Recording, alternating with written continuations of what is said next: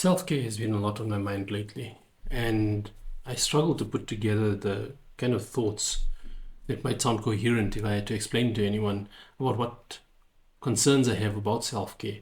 Because self-care has become just yet another indulgence that has led people to abdicate accountability for the impact that they have on others. It's part of this mainstream tripe that we get of mental health, where everything is focused on hyper-individuality. It's focused on how do I need to feel? How do I need to be treated? How do I need to be received and respected and appreciated and all of that?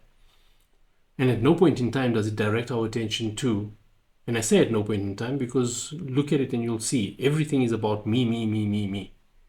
Everything is about how it is that I'm experiencing stuff. So I need to take care of myself because no one is taking care of me. Well, listen, sunshine. The reason why no one is taking care of you, if you feel that way, is because you're probably not taking care of anyone either. And that's the biggest problem we have when it comes to the self-care routine nonsense, is that we spend so much time taking care of ourselves that we don't realize how it is that we're neglecting the people around us. You'd think that after hundreds of thousands, if not millions of years of human existence, we would have figured out by now that it is not in the self-indulgence that we find fulfillment in life. It is actually in taking care of others, in fulfilling the needs almost of others that gives us the most joy, gives us the most sense of fulfillment. But that completely falls apart when you end up in a void of contribution where you might contribute and others don't. But that's where you get tested with the self-care nonsense, right? Because when you get yourself involved in a space where it feels as if you're not getting anything, but you're only giving all the time and no one's there for you, and this is a universal kind of narrative that a lot of people complain about bitterly so on social media often as well, is that who's there for me? Who's taking care of me? So if no one's taking care of me, I got to take care of myself. How's it going to solve the problem of the fact that no one's taking care of you or no one's considering you?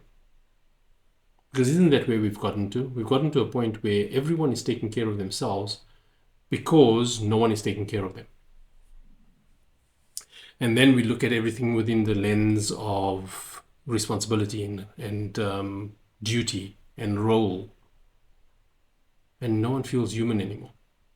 Very few even behave in a way that is human. That is why we can still have debates about boycotting genocidal murderers, because we don't have a conscience anymore.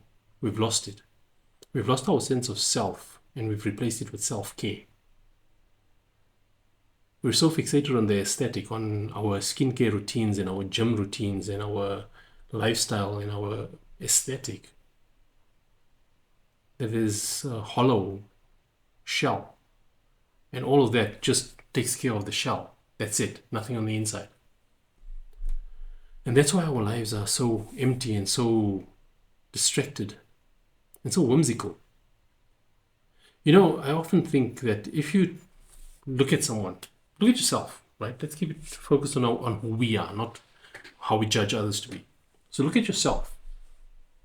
And this is something I always ask myself to keep myself honest, is if I had to take away whatever privilege I've got, call it money or title, or if I take away my reputation, or of course some will think that I don't have much of a reputation anyway, but who cares? Or if I take away the big fancy accomplishments or whatever it is, what am I left with? Who am I? What is it that I have to work with within myself that will be able to restart, reboot, recalibrate, rejuvenate, whatever it is that I want to do? Because none of that just like gives me options. It doesn't tell me how I'm going to use those options. So if I have wealth, what I do with that wealth is a reflection of who I am rather than my success at being able to accumulate wealth or acquire it even. And that's the problem. We become so focused on the acquisition of things, the acquisition of wealth, the acquisition of comfort, the acquisition of social circles, that we never ever stop to think, well, now what? We've got it, so what now? And that's where you see the emptiness. And that emptiness is not the emptiness of life. So here's the thing, and this is probably an epiphany for me as well. I don't know. But if you feel that life is empty, right, has no purpose, has no meaning, it means you are empty. You have no purpose within you. You have no connection with meaning of substance beyond the surface level stuff. Then you embark on self-care. And self-care is then focused on how do you feel better about this emptiness that you've experienced? How do you look better while you feel this emptiness? How do you have a better physique so that the emptiness on the inside gets replaced with your desire for this physique? And then those become your goals. Those become your go-tos. And you then surround yourself with people who also see that and they think, they're getting it right. Look at that. Wow, looks so amazing. And then because of that admiration, that suddenly feels like purpose and fulfillment, and it feels like respect, and it feels like admiration, and it feels like, oh my God, I'm arriving. No, you're not. That's how we take one person's emptiness and we spread it. And then we surround ourselves with everyone else that's also equally empty and shallow and frivolous about life. And then we think, see, everyone does it. This is our hustle. You don't know how difficult it is, how life is. Life is supposed to be more than that. And I say supposed to be not according to my code of life or your code of life or because of religion or scripture or anything that says it's supposed to be. But I'm saying it's supposed to be more than that because the evidence says that it is demanding more than that. Because we're living our lives in that way, in that shallow, frivolous, distracted way. And everyone is complaining about mental health and toxic people and narcissists and this void of tranquility and happiness and all of that. And then we start chasing and we think it lies on the other side of the next thing we're going to buy or the next holiday we're going to take or the next trip we're going to have when we travel abroad and all of that. But it isn't. We don't even know how to connect with the people in the same room with us anymore unless we can talk about something outside of that room. Try having a meaningful discussion about the state of the world right now and see how many people warm up to it. And of the people that do warm up to the discussion, see how many of them turn it into a battle of wits and political views rather than being able to meaningfully engage on why it is that we find ourselves in this space. And then for the look beyond that also. Look at how many of them turn into a religious debate about whose religion is causing what and whose religious beliefs are more on track and whether this is a sign of the end times and all of that. That's the kind of absolute bull, absolute nonsense and rubbish that we've slipped into because we are so self-indulgent about wanting to be heard and wanting our voice to be the prevailing voice and our views to be respected and our wisdom to be appreciated and acknowledged. How do we get to this point? It's the same stupid hyper-individuality that we're embracing as if this is like newfound wisdom, because for the last couple of 100,000 years of human existence, we didn't realize that we had toxic people or that we had narcissists or that we had a chemical function in the brain that was actually causing us to feel a certain way, even though the science proves that we don't. When did we become so stupid? It baffles me. It honestly baffles me. I don't consider myself an intellectual. I'm the furthest thing from an academic, and I don't want to be an academic because they accumulate facts that they can curate, but they do nothing with it. When did we become so frivolous, so self-indulgent, so distracted that we don't even know how to be of positive consequence to the humans around us? Where everything is reduced to a symptom and a supplement.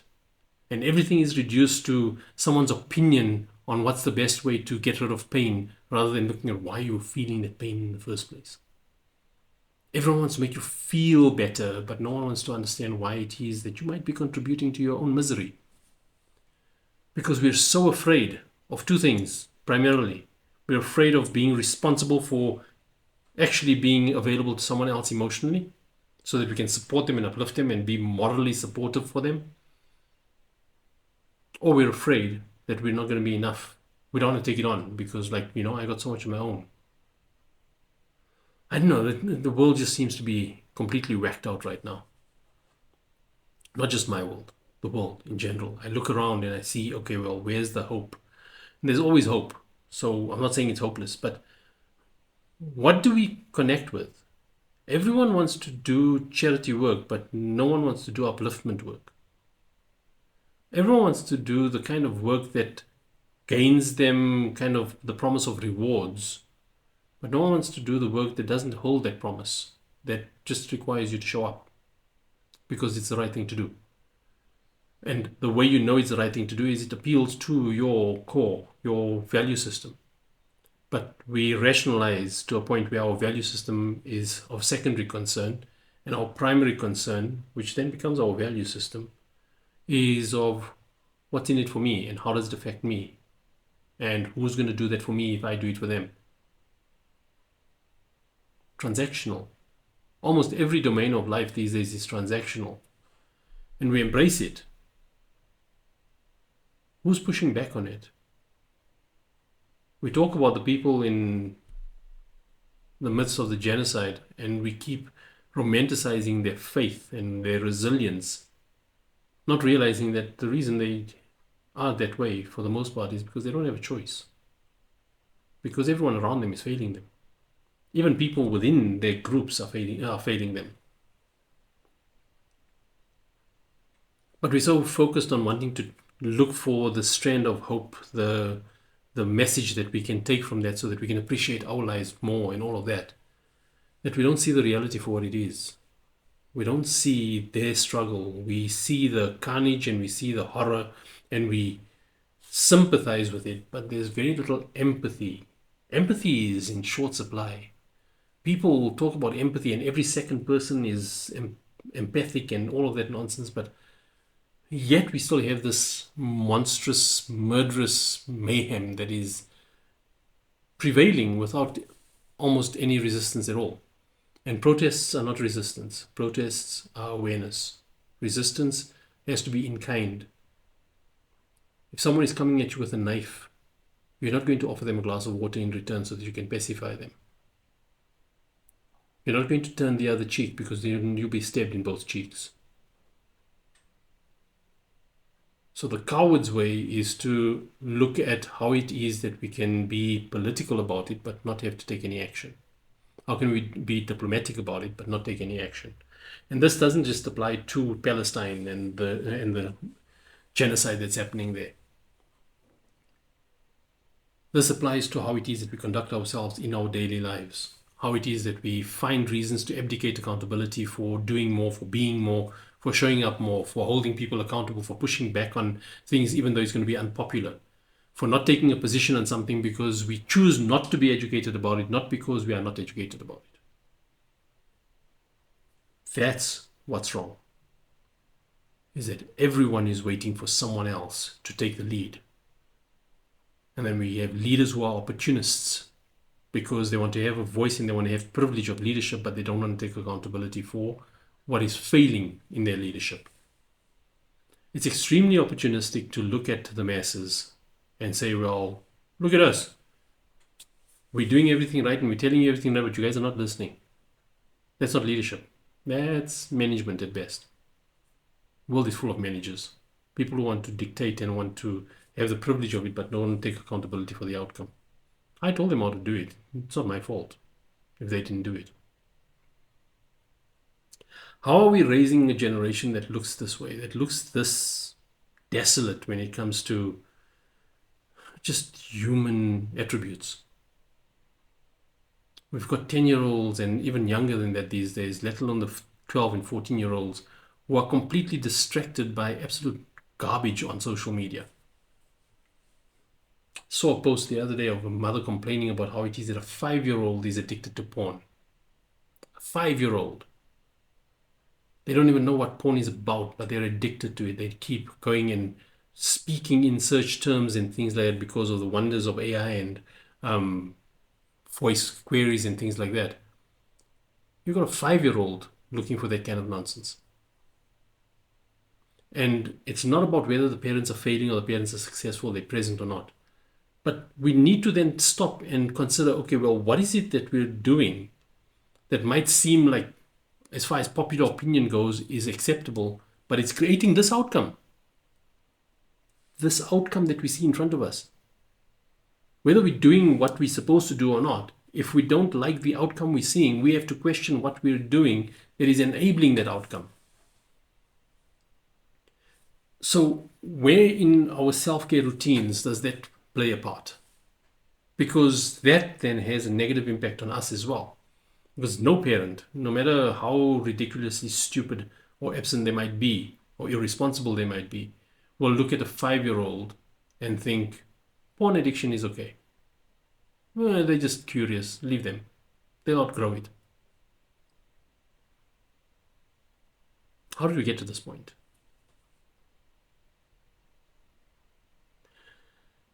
It's definitely not through a shortage of people who have opinions. It's definitely not through a shortage of spiritual leaders who want to pass decrees about what's acceptable behavior and what isn't. It's definitely not through a shortage of people who want to rally around and cry foul and support the victim online, but are too busy to get out of their daily schedules to stop buying that convenience product because, life is tough. So what if I'm buying something that is going to fund the very atrocities that I'm looking at and speaking out against? The hypocrisy that has established itself within our sense of self and within our being, we don't see that. Because we're so focused on, well, I'm not doing anything wrong. Look, I'm just doing what I'm supposed to do. I can't help it if they're not cooperating. It's social media that's misleading our children. No, your children go onto social media looking for what they look for because of their value system that is being established with them in the home. Adults are addicted to porn and to doom scrolling and things like that because of the emptiness of their lives. And like I said, if your life is empty, it's because you are empty. Life can be isolated, can be lonely. It's not necessarily emptiness or futile. It's not necessarily a futility that sets in. But when you feel like everything is futile, it means that you don't have purpose. And then you need to hold yourself accountable for when did you let go of that? And if that purpose was to get a degree and get a good job, then you're horribly distracted because that's not what's important in life. And coming back to a question I asked earlier, if you take away all of these things, if you take away your degrees and you take away your good jobs and everything else, who are you? Do you even know? Or are you so defined by those trinkets and those trophies that social structures celebrate and honor and revere that without that, you don't know what you are, who you are, what it is that you need to do in this world to make a difference, to be significant, to have impact? And if that's the state you find yourself in, while at the same time, you are responsible for raising small humans, children, what is it that you're raising them to believe in? What is it that you're raising them to connect with conviction and purpose so that they grow up feeling as if there's something more to life than just social acceptance and popularity and reactions on social media? When do we change this? How do we change this?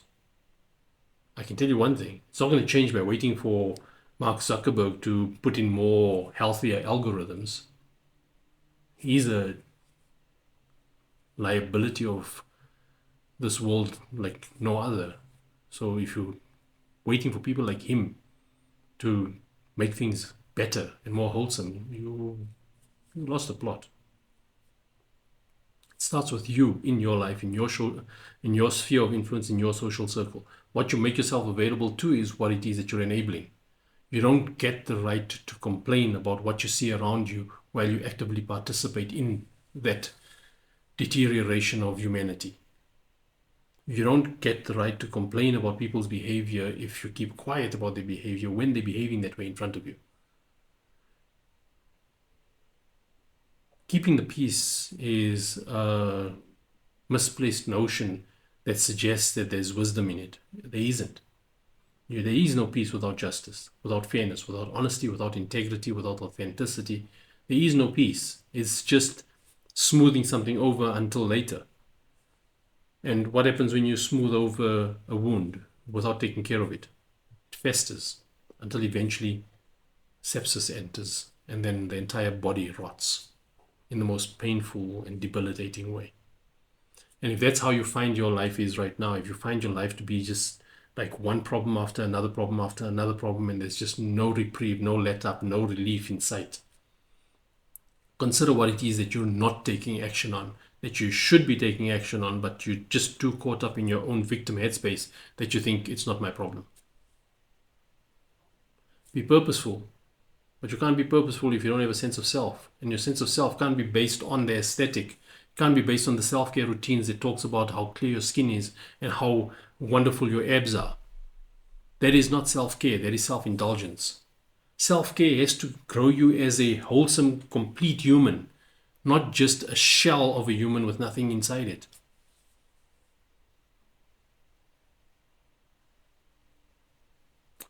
We've lost the plot. As a species, we've lost the plot. And we've got the worst of us being our leaders. And then we complain about the leaders, but we don't recognize that they were raised from among us. Our communities raised them. Our communities voted for them. Our communities kept them in office. Our communities support them and defend them and do enough to make sure that they don't have to be held accountable. But it's fashionable to complain about them. It's fashionable to have an informed political opinion, academic opinion, scholarly opinion about religion and spirituality. It's not very fashionable to actually be unpopular when you have to challenge people around you who are being completely idiotic and irresponsible.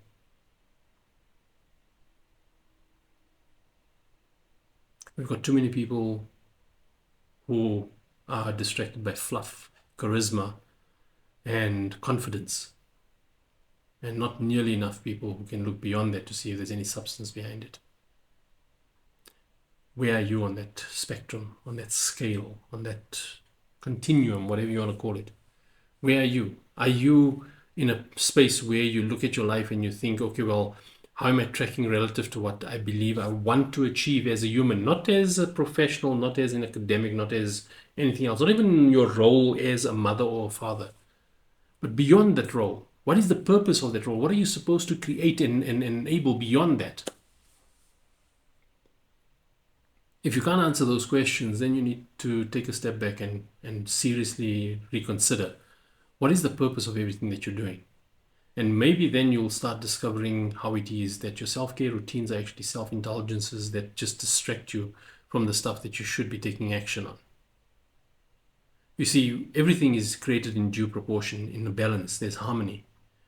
One thing goes up, something else comes down. One thing gets inserted, something else is exited as a result of it. No two things can occupy the same space at the same time. Cause and effect, simple. So if you have a lot of things in your space and the things you want in your space are out of your reach right now, you need to consider how it is that you're allowing these things or enabling these things to occupy your space, while the things you really want are out of reach or are too distant from you for you to be able to grasp it or reach it. And chances are you'll find that in there's a healthy dose of self-pity and a healthy dose of self-loathing and a healthy dose of willing distraction, so that you don't have to deal with things that hold the promise of risk, that you might not be enough, that you might not be successful. If you have a self-care routine, make sure your self-care routine holds you accountable for what you claim to stand for your value system, for your principles, for your beliefs. And if you're not in tune with that, if you're not connected with that in a meaningful way, step back from your life and take stock and reconnect with what it is that you believe is important. Otherwise, you're just another social liability. Otherwise, you're just another campaign ad for people. And the next generation is going to hate you for it.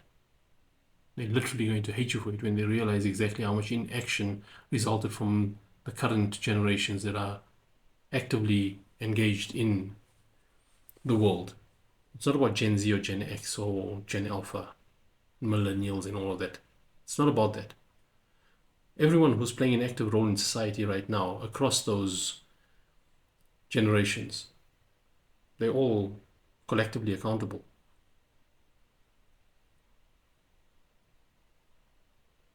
Who's going to make it different? Who's going to change it? Who's going to start having the conversations that we need to have instead of this debates and arguments and rhetoric and cleverness that seems to prevail over everything these days? We need action, meaningful action, and it starts with you in your life.